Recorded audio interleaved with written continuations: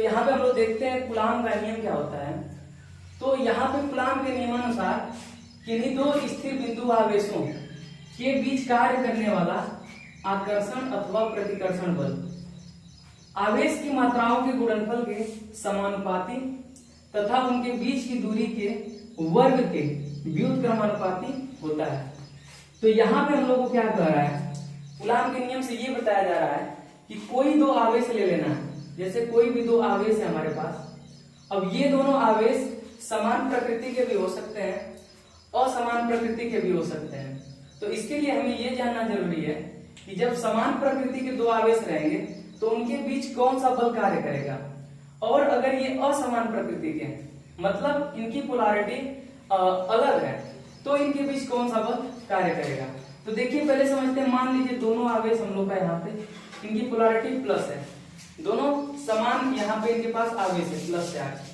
तो अब इनके बीच में कौन सा बल लगेगा, तो समान आवेश के बीच में हम लोग का हमेशा प्रतिकर्षण बल लगता है। इनके बीच क्या लगेगा, प्रतिकर्षण बल लगेगा, प्रतिकर्षण बल। मतलब ये दोनों आवेश एक दूसरे से दूर हटेंगे, प्रतिकर्षण बल लगेगा। अगर हम इनकी पोलैरिटी चेंज कर दें, मान लीजिए एक हम लोग का प्लस में है और एक माइनस में है, तो इस कंडीशन में क्या होगा, इस कंडीशन में क्या होगा, इस कंडीशन में अब दोनों के बीच आकर्षण बल रहेगा, अब दोनों के बीच आकर्षण बल रहेगा, आकर्षण बल। तो इससे एक बात हम समझ गए कि कोई भी आवेश हो, किन्हीं दो आवेशों के बीच में बल लगता है, या तो वो प्रतिकर्षण हो सकता है या फिर आकर्षण हो सकता है। कंडीशन ये है कि उनकी पोलैरिटी क्या है, मतलब वे आवेश किस प्रकृति के हैं।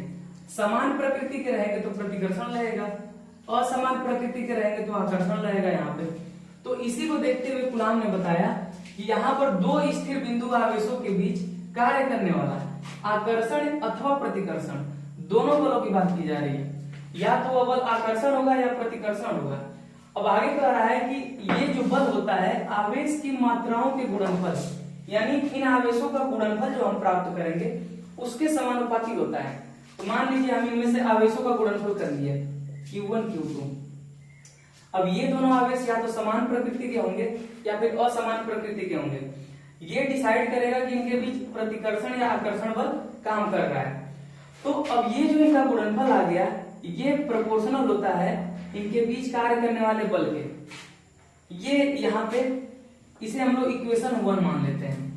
आगे ये नियम क्या बता रहा है कि उनके बीच की दूरी के वर्ग के व्युत्क्रमानुपाती होता है।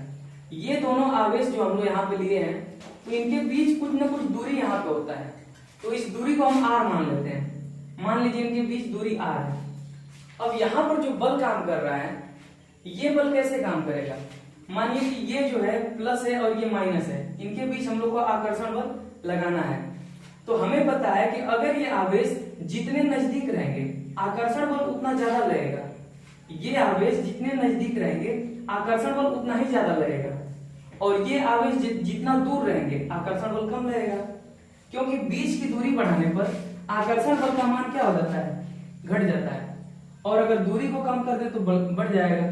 सेम यहाँ पे कंडीशन प्रतिकर्षण के लिए भी है।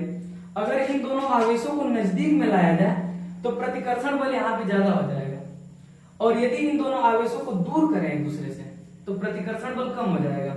इससे ये समझ आ गई एक बात हम लोगों के कि दो आवेशों के बीच की जो दूरी होती है, ये जो बल है ये इसके बीच की दूरी पे ही निर्भर कर रहा है। तो इससे यहाँ पे कूलाम ने दूसरी बात बताई थी, F प्रोपोर्शनल 1 क्या होता है, r²। तो यहाँ पे दोनों आवेशों के बीच की जो दूरी है इसका स्क्वायर जो करेंगे इसके ये व्युत्क्रमानुपाती होता है।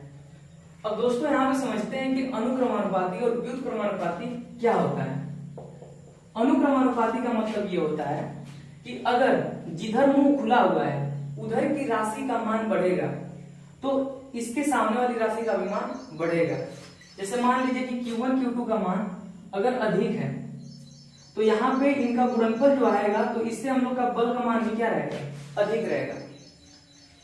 अगर इसे समझे कि r² का मान अगर अधिक है तो ये व्युत्क्रमानुपाती है, यानी बीच की दूरी को बढ़ा देंगे तो क्या होगा, बल हम लोग का कम हो जाएगा, अभी हम लोग समझेंगे। तो फार्मूले की मदद से हम ये देख सकते हैं कि अगर आर स्क्वायर को बढ़ाएंगे तो बल यहाँ पे हम लोग का क्या हो जाएगा, कम हो जाएगा। बीच का दूरी बढ़ाएंगे बल घट जाएगा। अगर हमें बल को बढ़ाना है तो हमें बीच की दूरी को कम करना पड़ेगा। बीच की दूरी कम कर देंगे तो बल हम लोग का यहाँ पे अधिक हो जाएगा। तो ये दोनों कंडीशन हम लोग का कूलाम के नियम के लिए है। अब दोस्तों यहाँ पे हम क्या करते हैं, इन दोनों नियमों को मिलाकर देखते हैं कि क्या फार्मूला हमें प्राप्त हो रहा है। तो दोनों नियमों को मिलाने पर यहां से हम लोग लिख दे रहे हैं, दोनों इक्वेशन को, दोनों समीकरण को मिलाने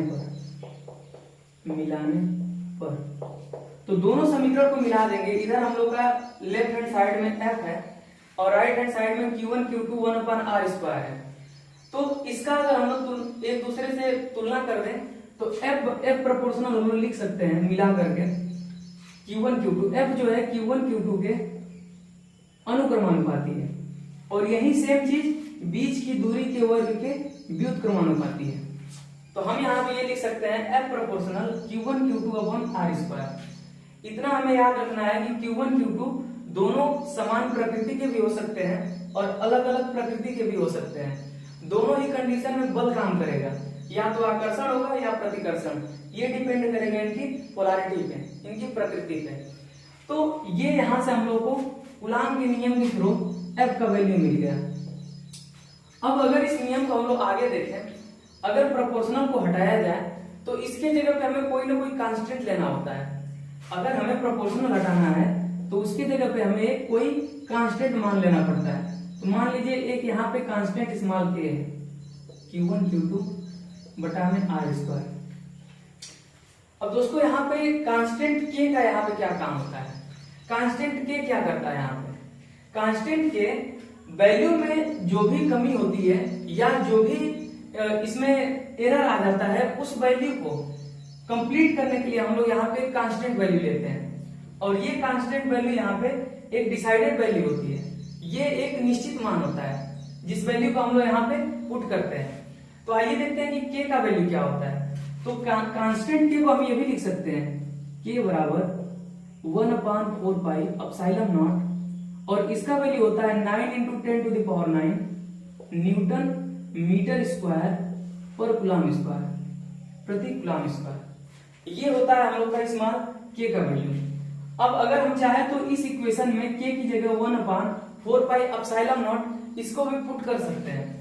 तो जैसे देखिए अब ये हम लोग का बल का फार्मूला बन जाएगा F इक्वल टू k की जगह हम लोग लिख सकते हैं 1/4 pi epsilon not q1 q2 upon में r स्क्वायर।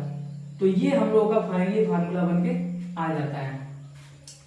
अब यहाँ पे 1/4 पाई एप्सिलॉन नॉट की जगह आप ये भी लिख सकते हैं 9 × 10⁹ न्यूटन मीटर स्क्वायर पर कूलाम स्क्वायर। तो इस तरीके से हम लोग कूलाम के नियम को फाइंड आउट कर सकते हैं आसानी से और इसे हम लोग समझ सकते हैं। मुझे उम्मीद है कि आप लोगों की समझ में ये आ गया होगा। तो अगर नहीं भी आया हो तो आप कमेंट में अपने डाउट को पुट कर सकते हैं, इसके बाद उसका सॉल्यूशन जो है कि किया जाएगा। Thank you.